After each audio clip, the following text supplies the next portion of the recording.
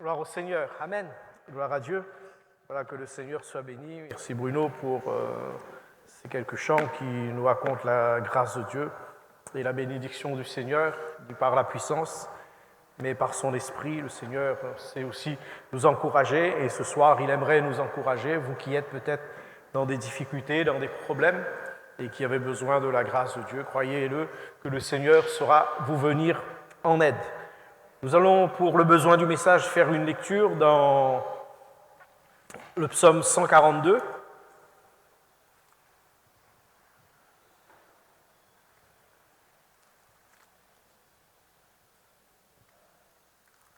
Alors, les lectures vont se faire entre l'Ancien Testament, les psaumes, et aussi le Nouveau dans l'histoire de l'avènement de Jésus.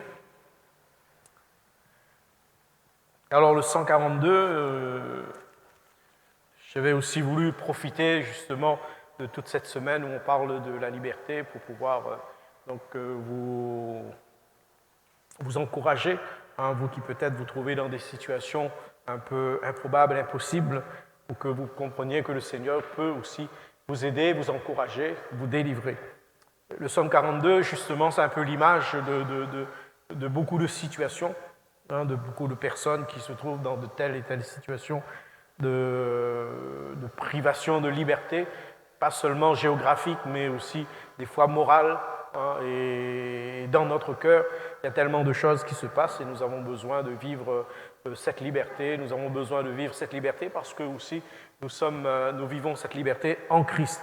Voilà ce que dit le psalmiste au chapitre 142 des psaumes. Il dit, donc, cantique de David lorsqu'il était dans la caverne, prière. De ma voix, je crie à l'Éternel et de ma voix, j'implore l'Éternel. Je répands ma plainte devant lui. Je lui raconte ma détresse. Quand mon esprit est abattu au-dedans de moi, toi, tu connais mon sentier. Sur la route où je marche, ils m'ont tendu un piège. Jette les yeux à droite et regarde. Personne ne me reconnaît. Tout refuge est perdu pour moi. Nul ne prend souci de mon âme. Éternel, c'est à toi que je crie. Je dis, tu es mon refuge, mon partage sur la terre des vivants. Sois attentif à mes cris, car je suis bien malheureux. Délivre-moi de ceux qui me poursuivent, car ils sont plus forts que moi. Tire mon âme de sa prison, afin que je célèbre ton nom. Les justes viendront m'entourer quand tu m'auras fait du bien. Amen. Et nous retiendrons ensemble ce texte où il nous est dit au verset 8, ce verset, « Tire mon âme de sa prison, afin que je célèbre ton nom. » Amen. Fais-moi sortir, dans d'autres versions, fais-moi sortir de ma prison pour que je puisse te louer.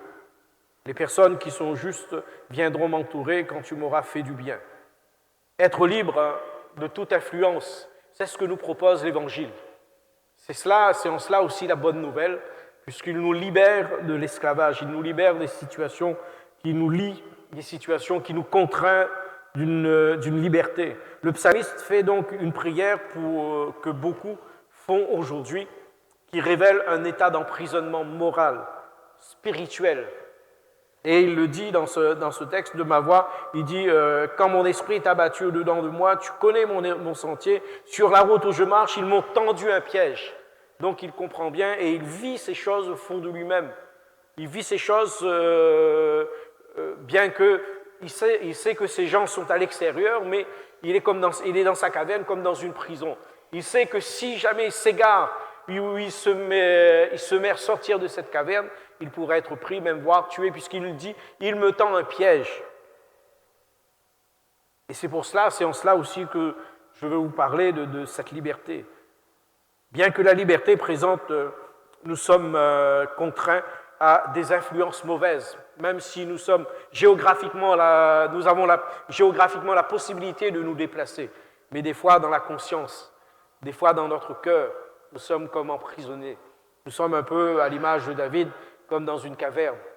On n'a pas toute la liberté qu'on aimerait, on n'a pas toute la liberté de pouvoir vivre comme on aimerait, parce que ça dépendra des uns, ça dépendra des autres, dépendra aussi de ce que nous vivons dans notre vie, dans notre cœur. Donc nous sommes malgré une certaine liberté apparente ou géographique, nous sommes aussi contraints des influences mauvaises. Et c'est l'une des raisons aussi de la venue de Jésus sur cette terre pour libérer. Alléluia. Pour libérer et emmener la paix. Et les anges criaient et disaient, chantaient, paix sur la terre pour tous les hommes qui l'agréent. Paix sur la terre. À la naissance de Jésus, les anges ont proclamé la paix. Et cette paix, c'est cette tranquillité. Alors que tout sont troublés dans nos cœurs, alors que tout nous agite dans notre cœur. Mais lui, il est venu pour nous donner la paix. Il est venu pour donner la paix à chacun de nous. Alors permettez-moi justement d'attirer votre regard sur cet événement, la nativité, de cet événement qui a mené dans la vie de beaucoup la paix. À ceux qui sont dans des pièges, dans des choix, parce qu'ils ont fait des choix et peut-être des mauvais choix, pensant trouver le bonheur, ils ont trouvé l'horreur. Permettez-moi de vous dire, ce soir, si vous êtes là, Dieu peut vous donner la paix. Jésus peut vous donner la paix à travers de la naissance, à travers de la nativité, à travers de cet événement que le monde va fêter. Comprenez bien qu'il y a là une image de liberté, un début. Les choses vont se mettre en place parce que l'accomplissement de ce que Dieu avait prévu dans le temps ancien va se mettre en marche pour notre liberté. Amen. Pour notre liberté. Alors comprenez bien que, frères, sœurs, Jésus n'est pas venu les mains vides. Il est venu avec des grâces, avec des bénédictions. Il est venu pour mettre la paix dans nos cœurs. Alléluia. Il est venu pour nous donner à ceux qui sont agréés de Dieu, c'est-à-dire ceux qui vivent selon ce que Dieu veut, qui recherchent la volonté de Dieu. Par nos choix, nous sommes des fois piégés. Et pensant trouver le bonheur, nous avons trouvé l'horreur. Nous avons trouvé les peines, nous avons trouvé le désespoir, nous avons trouvé des grandes souffrances, nous avons trouvé des ténèbres au lieu de la lumière. Mais Christ nous propose autre chose. Alléluia, le plan parfait de Dieu nous propose autre chose, nous propose cette liberté.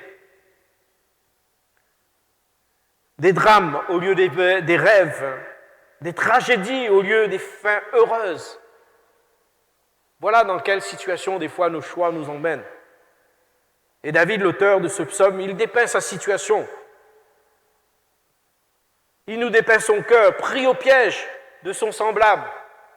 Saül, qui était roi à ce moment-là, et qui avait sur lui un pouvoir dominateur, comme l'oppresseur, qui le poursuivait. Et d'ailleurs, il le dit, mais pourquoi tu me poursuis comme un chien ? Parce que dans le cœur de Saül, il y avait la jalousie.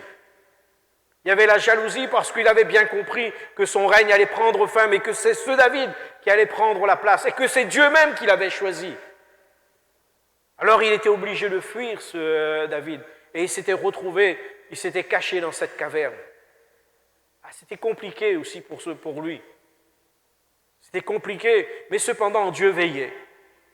Et cependant, dans le cœur de David, même s'il était dans cette prison, même s'il était dans cette caverne, et qu'il pouvait être tué, quelque chose qu'il faisait, c'est qu'il avait confiance en Dieu. Alléluia.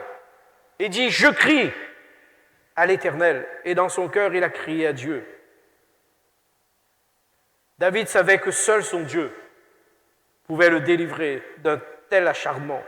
Et il exprime par ces quelques mots, de ma voix je crie. Et souvent crier nous libère. Mais cependant, ne suffit pas si ce cri n'est pas orienté vers quelqu'un, un SOS. Si un SOS est lancé comme cela, nous ne sommes pas forcément sûrs d'avoir du secours. Mais si nous l'adressons à quelqu'un, il est possible que nous pourrions avoir du secours. Mais là, à l'occurrence, ce SOS, ce cri dans son cœur d'être délivré, de pouvoir être libéré, à l'occurrence, c'était Dieu.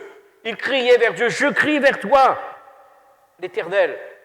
De ma voix, je crie à l'Éternel.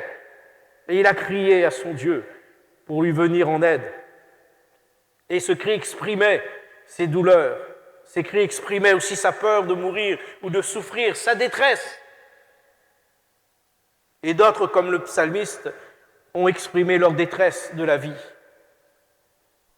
Et un jour, Jérémie, il disait aussi, « Dans ma détresse, j'ai crié à l'Éternel, et il m'a exaucé. » Alléluia.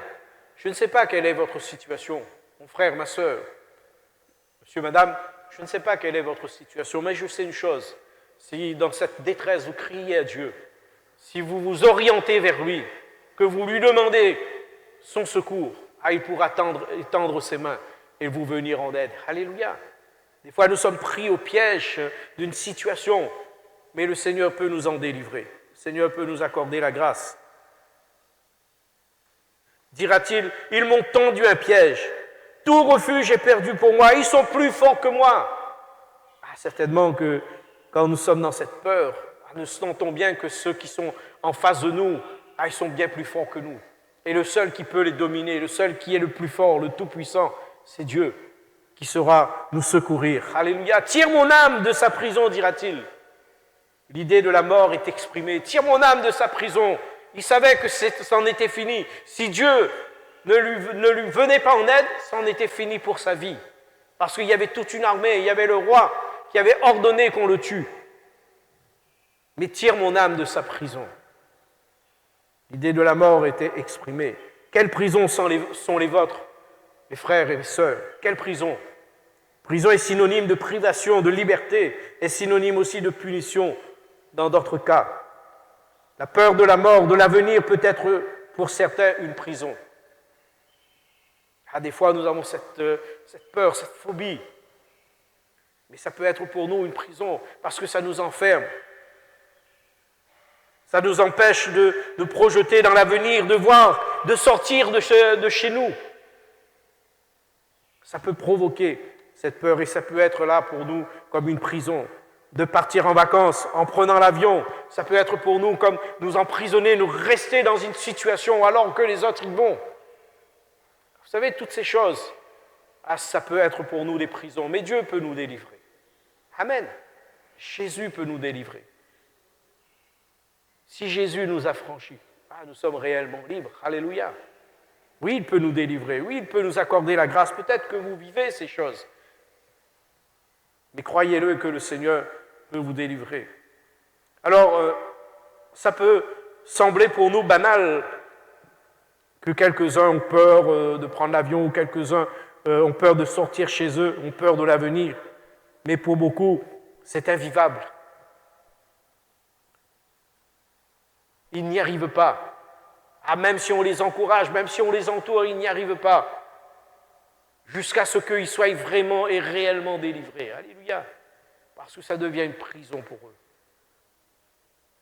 C'est pour cela que je vous en parle, parce que Christ peut agir.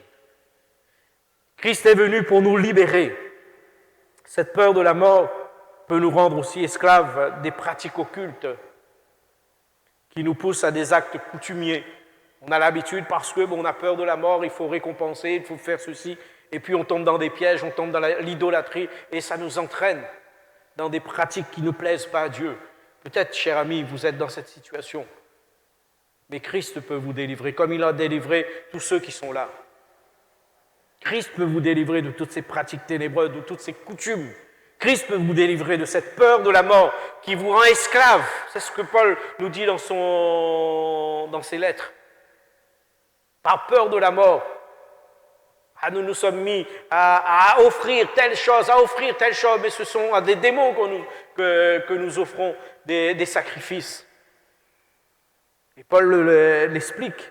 C'est pour cela que je vous encourage à vous tourner vers Dieu. Je vous encourage à saisir ce temps de message afin de dire « Seigneur, tire mon âme de sa prison. Tire mon âme de sa prison. Aide-moi, Jésus, afin que je ne sois plus dirigé, orienté et guidé par cette peur. Que je ne sois point enfermé dans cette manière de voir les choses, mais tire mon âme de sa prison. » Cette prison pourrait être aussi l'emprise d'un pouvoir humain au cœur méchant. Combien de personnes se trouvent dans des situations parce qu'au départ, tout allait bien, tout était bien et beau. Mais tout d'un coup, le cœur de la personne a changé. Et puis on a découvert, et la personne a découvert, hélas, quelqu'un de méchant, quelqu'un qui manipule, quelqu'un qui agit. Il y avait de la gentillesse au départ. Ah, mais tout ça a été caché. Mais cependant, Dieu peut aussi vous en délivrer. Alléluia. Vous qui écoutez ce message, Dieu peut vous en délivrer. Jésus peut vous en délivrer. Si le Fils vous a franchi, si Jésus vous a franchi, vous serez réellement libre. Alléluia. Vous serez réellement libre. C'est pour cela que nous vous parlons. L'emprise d'un pouvoir humain au cœur méchant, l'oppression d'une hiérarchie. Ah, des fois, ça peut se passer. Dans le travail, on n'en peut plus. Hélas, il suffit qu'il y a quelques années, on entendait quelques suicides dans le travail, des cadres qui se suicidaient parce qu'ils n'en pouvaient plus. Il y avait tellement de la pression, il faut tellement de rendement, il faut tellement de ceci. Et puis le métier même était à risque. Et des gens n'en pouvaient plus. Et le travail était devenu pour eux comme une prison. Ils ne savaient plus comment faire. Mais je puis vous dire qu'aujourd'hui, le Seigneur peut vous délivrer. Si vous vous tournez vers lui, le Seigneur peut vous accorder la grâce. C'est pour cela qu'on en parle aussi. L'oppression donc d'une hiérarchie vous assujettissant à des choses viles. Cette prison pourrait être aussi des actes avilissants, comme les addictions, la passion d'alcool, de drogue, de jeu. Ça devient une prison à un moment. On veut s'en sortir, on veut s'arrêter. Ah, mais on est encore comme pris, on est encore comme tenu. C'est comme des liens qui sont là. On a même le sentiment que tout d'un coup on a triomphé. Mais voilà que ce lien nous tient. Et nous avons besoin d'en être délivrés. Vous avez besoin d'en être délivrés. Ça pourrait être aussi votre prison. Comme David, criez à Dieu. Tire mon âme de sa prison. Tire mon âme de sa prison. L'apôtre Paul, il disait ceci, « Je veux faire le bien, mais le mal est attaché à moi. Qui me délivrera de cela, de ce corps de mort, dira-t-il. » Ah, il voulait faire le bien. À chaque fois qu'il faisait le bien, mais c'était le mal qui était attaché à lui. Et vous savez, le péché est pour nous une prison, nous rend esclaves, est un maître esclave qui nous avilit, qui nous condamne. Mais Jésus est venu pour nous rendre libres. Alléluia. Et le cri de Paul était « Grâce soit rendue à Jésus-Christ qui m'a fait triompher. » Amen. Parce qu'il a brisé le pouvoir de la mort, le pouvoir du péché. Frères et sœurs, chers amis, Jésus peut nous délivrer.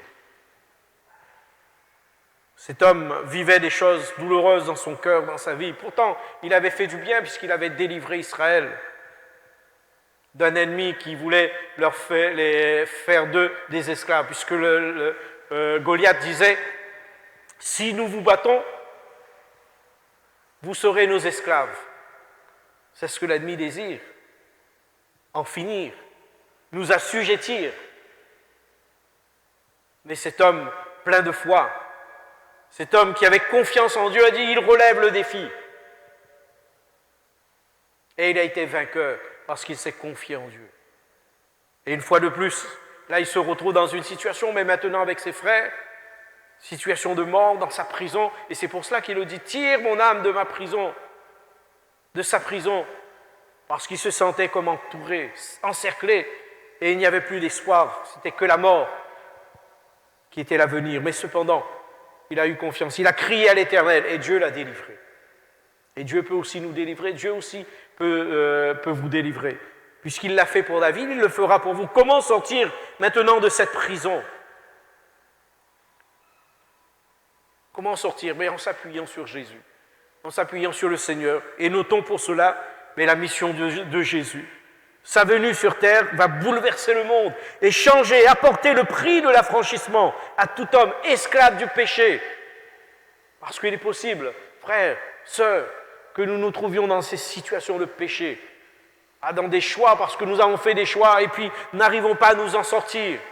Notre conscience nous parle, nous avons la morale au bas, mais cependant, parce que nous avons Jésus qui nous a affranchis, qui a payé le prix de l'affranchissement, ben, nous pouvons être délivrés, nous pouvons être libres. Alléluia. Il a payé de sa vie à tout homme qui désire, à tout homme qui croit en lui, il peut le libérer. Nous sommes effectivement dans ces événements, fête de la liberté bientôt, le 20 décembre, et dans quelques semaines, les fêtes de Noël. Nous parle de l'abolition de l'esclavage. Ah, vous savez que nous sommes aussi esclaves, nous étions aussi esclaves du péché. Et Jésus, en venant sur cette terre, il a aboli l'esclavage du péché sur nos vies. Amen. Ah, parce qu'il était un maître mauvais, le péché. Mais Jésus a aboli l'esclavage du péché. Et les textes le disent, dans Romains, vous trouvez ces textes où il dit, nous étions esclaves, nous qui nous sommes livrés au péché, nous sommes devenus esclaves du péché. Mais Jésus est venu et a payé le prix de l'affranchissement. Entendez ce que nous dit Jésus. C'est pour la liberté que Christ nous a affranchis. Demeurez donc fermes et ne vous laissez pas mettre de nouveau sous le joug de la servitude. Si donc le Fils vous affranchit, vous serez réellement libres. Alléluia.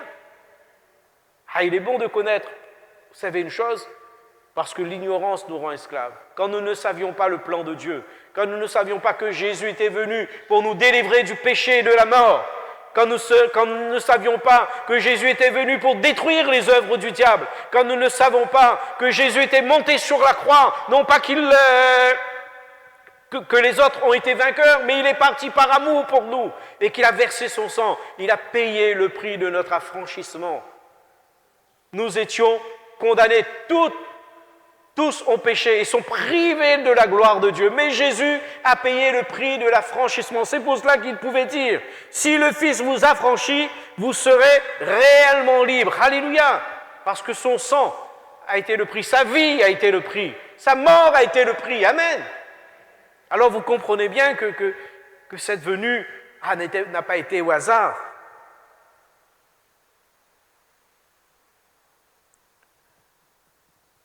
Nous fêtons la libération, nous fêtons l'abolition de l'esclavage. Ah, nous le fêtons, on est bien. Mais aujourd'hui, vous savez que dans quelques semaines, nous fêterons aussi cette abolition de l'esclavage du péché. Pour nous chrétiens, nous savons ces choses. Et nous sommes heureux de le commémorer, comme nous sommes heureux pour nos ancêtres, pour ceux qui ont vécu ces choses difficiles dans l'esclavage humain, qui était un drame, heureux de le fêter, mais nous sommes aussi heureux de fêter, parce qu'il est venu pour abolir l'esclavage du péché. Alléluia. Et il a payé le prix de sa vie. Et il nous a affranchis. Amen. Si le Fils vous affranchit, vous serez réellement libre. Vous connaîtrez la vérité et la vérité vous affranchira. Amen. Parce que l'ignorance nous rend esclaves. Parce que nous ignorons, parce que nos parents ignoraient l'œuvre du Maître, l'œuvre de Jésus, l'amour du Père, on a mené des pratiques, on a mené des coutumes. Mais quand on a connu la vérité, quand on a connu la parole de Dieu, la parole de la vérité, on a été libérés. Amen. On a été affranchis. Et on a compris que Jésus était venu pour notre salut. Laissez-moi vous citer une partie de cette lettre aux Romains que Paul a écrit. Il dit « Je parle à la manière des hommes à cause de la faiblesse de votre chair. De même, donc, que vous avez livré vos membres du corps comme esclaves à l'impureté et à l'iniquité pour arriver à l'iniquité, ainsi maintenant, livrez vos membres du corps comme esclaves à la justice pour arriver à la sainteté. Car lorsque vous étiez esclaves du péché, vous étiez libres à l'égard de la justice. Quels fruits portiez-vous alors? Des fruits dont vous rougissez aujourd'hui, car la fin de ces choses, c'est la mort. Mais maintenant, étant affranchis du péché et devenus esclaves de Dieu, vous avez pour fruit la sainteté, pour fin la vie éternelle. Alléluia! Ah, quel bonheur, frères et sœurs, nous pouvons dire Amen. Dire Amen, oui. Maintenant, étant affranchis du péché, puisque nous étions esclaves, maintenant, dit, nous avons pour fin la vie éternelle, la sainteté, car le salaire du péché, dira-t-il, c'est la mort. Et écoutez bien, mais le don gratuit de Dieu, alléluia, c'est la vie éternelle en Jésus-Christ, notre Seigneur. Alléluia, c'est le don gratuit de Dieu, c'est la vie éternelle en Jésus-Christ, notre Seigneur. L'esclavage humain a été dramatique, comme je vous l'ai dit. Normal qu'on célèbre la date de son abolition.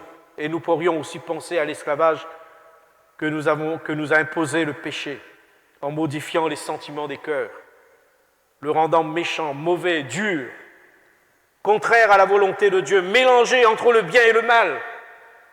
Et la nativité, Noël, c'est un événement qu'on veut se rappeler de par son impact sur notre planète.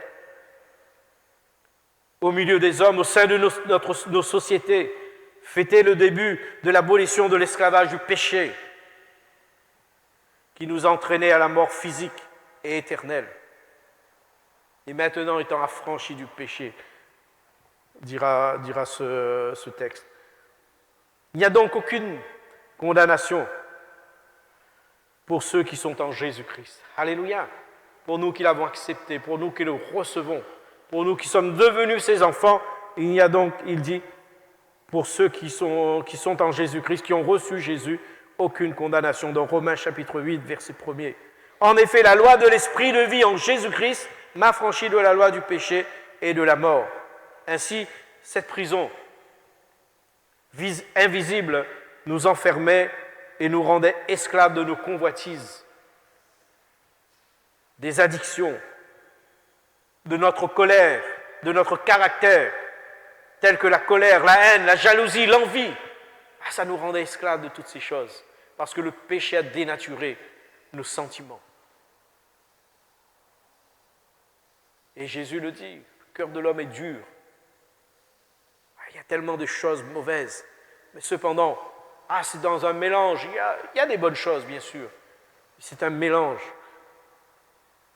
Et Christ est venu nous accorder la grâce. Nous étions enfermés et ce gardien de prison était le diable. Et il fait tout pour pouvoir nous garder sous son emprise. Il fait tout pour nous garder dans le péché parce qu'il sait qu'à ce moment-là, nous sommes faibles. Et à ce moment-là, nous sommes éloignés de Dieu. Mais Jésus nous rappelle qu'il est venu justement. Amen. Qu'il est venu pour nous affranchir du pouvoir et de l'esclavage du péché. Et c'est pour cela que je vous encourage, frères, sœurs, chers amis, à vous tourner vers Dieu. Le diable est ennemi de notre bonheur. Des fois, il nous fait croire, oui, si tu fais ça et si tu t'éloignes, si tu vis ta vie, tu seras heureux. Mais vous connaissez bien le retour. Il est ennemi de notre bonheur. Il est ennemi de nos âmes. Il ne nous aime pas. Parce qu'il est ennemi de Dieu. Il veut détruire l'œuvre que Dieu a faite. Alléluia. Et depuis le début, il veut détruire. Il n'aime pas ceux qui viennent chercher le bonheur des hommes et surtout les affranchir de son esclavage. Et on voit même au début de la naissance de Jésus, on voit bien comment l'ennemi a voulu éliminer Jésus au fur et à mesure. Il a essayé de toute manière, mais cependant, Dieu avait son plan et Dieu avait déjà son programme. Dieu avait déjà le prix parce que Jésus avait déjà décidé de donner sa vie afin que nous soyons aujourd'hui affranchis. Alléluia. Ainsi, frères, sœurs, la venue de Jésus-Christ sur cette terre l'a dérangé et s'en rappelait encore aujourd'hui. Nous en rappeler aujourd'hui le dérange autant. Alors c'est pour cela que des fois, quelques-uns discutent sur la date, discutent sur est-ce que, frères, sœurs, vous vous rendez compte que nous fêtons l'abolition de l'esclavage et que c'est une bonne chose parce que nous connaissons ce qui a été? L'esclavage humain, physique. Et tout d'un coup, cette venue qui a été le début de notre affranchissement, le programme de Dieu pour nous affranchir de l'esclavage du péché, tout d'un coup on veut l'oublier. Et au fil des années, peut-être qu'on l'oublie parce qu'on veut seulement discuter d'une date. Mais rappelons-nous pourquoi Jésus est venu. Amen. Rappelons-nous qu'il est venu pour nous sauver. Alléluia. Rappelons-nous qu'il est venu pour nous donner le bonheur, pour nous tirer de cette impasse, pour nous tirer de notre prison, parce que nous étions morts, nous étions condamnés. Ah, ne nous laissons pas séduire, mais comprenons, frères, sœurs, que nous devons aussi nous rappeler d'où nous sortons. Jésus, dans toute son humilité, nous a introduits dans une nouvelle vie. Sa naissance, sa mort, sa résurrection ont été et sont le moyen d'abolir le pouvoir du péché, le moyen de nous rendre libres. Sa vie en sacrifice a été le prix de l'affranchissement et sa résurrection a été la preuve de l'approbation de Dieu. Alléluia. Frères, sœurs, soyons raisonnables dans notre cœur. Comprenons le pourquoi Jésus est venu. Il nous a introduits dans une vie nouvelle. Nous étions destinés à la condamnation éternelle. Nous n'avions même pas droit dans la cité céleste. Mais il est venu, alléluia, humble, il est venu, né dans une étable, il est venu. Les grands de ce monde l'ont refusé. Mais il est venu pour nous apporter, pour nous introduire dans une vie nouvelle. Il est venu pour abolir l'esclavage du péché, pour nous affranchir. Il en a payé le prix. Et sa résurrection a été la preuve de l'approbation de Dieu. Dieu a approuvé. Ainsi, nous avons été tirés de notre prison et nous sommes devenus libres. Alléluia! Libres de nous approcher de lui, libres de le prier, alors qu'avant, devant l'idole, nous tremblions. Mais libres de le prier, libres de le chanter. Et à tous ceux qui l'ont accepté, reçu, il a donné même le pouvoir de devenir enfants de Dieu et d'être sauvés. Ah, ce n'est pas une belle chose? Ah, reconnaissons-le. Ce n'est pas une belle chose? Oui, c'est une belle chose. Ah, c'est une bonne chose que Jésus est venu, que Jésus soit venu. D'où cette même prière pour tous ceux qui se sentent prisonniers des influences mauvaises et ténébreuses, prisonniers des manipulations. Christ est venu pour vous affranchir. Tire mon âme de sa prison. Tire mon âme de sa prison. Et à la naissance, ces anges crieront « Paix sur terre pour tous les hommes qui l'agréent. » Alléluia. Paix sur terre pour tous les hommes qui l'agréent. Je finirai par ces quelques paroles, frères et sœurs. Notons donc ces paroles prononcées par Jésus, nous indiquant le pourquoi de sa venue. Il dit « L'Esprit du Seigneur est sur moi ». Donc il avait là une mission pour nous délivrer. Parce qu'il m'a oint pour annoncer une bonne nouvelle aux pauvres, prisonniers de toute forme de misère. Il m'a oint, il m'a choisi, il m'a envoyé pour pouvoir annoncer une bonne nouvelle aux pauvres.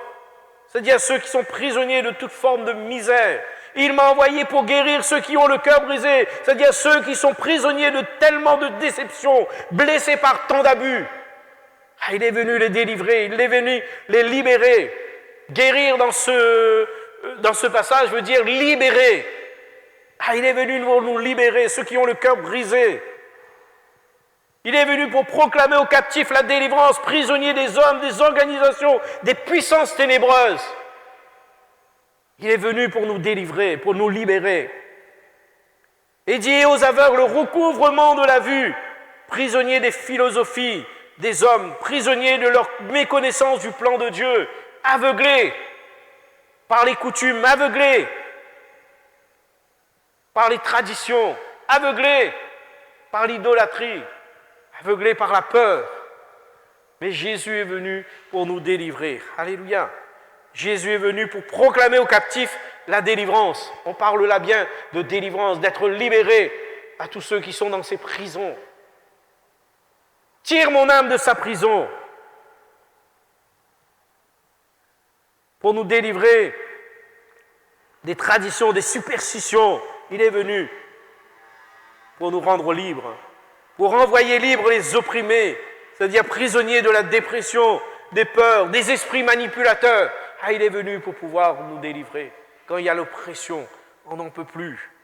Il y a une manipulation derrière, il y a la peur, il y a toute cette dépression, on n'arrive pas à s'en sortir, on n'arrive pas à se dégager, on veut le faire, mais on n'y arrive pas, seul on n'y arrive pas. Mais Christ est venu pour nous délivrer. Il m'a oint, dira-t-il, parce que le Seigneur m'a oint pour annoncer une bonne nouvelle aux pauvres, pour annoncer une bonne nouvelle, pour délivrer, pour renvoyer libres les opprimés. Peut-être vous êtes reconnu dans ces propos, avec vos cœurs brisés, captifs, des blessures, des déceptions, des abus, des puissances ténébreuses, des philosophies d'hommes, de l'ignorance, des traditions, des superstitions, de la dépression, de la peur, de la manipulation. Peut-être que vous vous reconnaissez dans ces choses. Christ peut vous délivrer.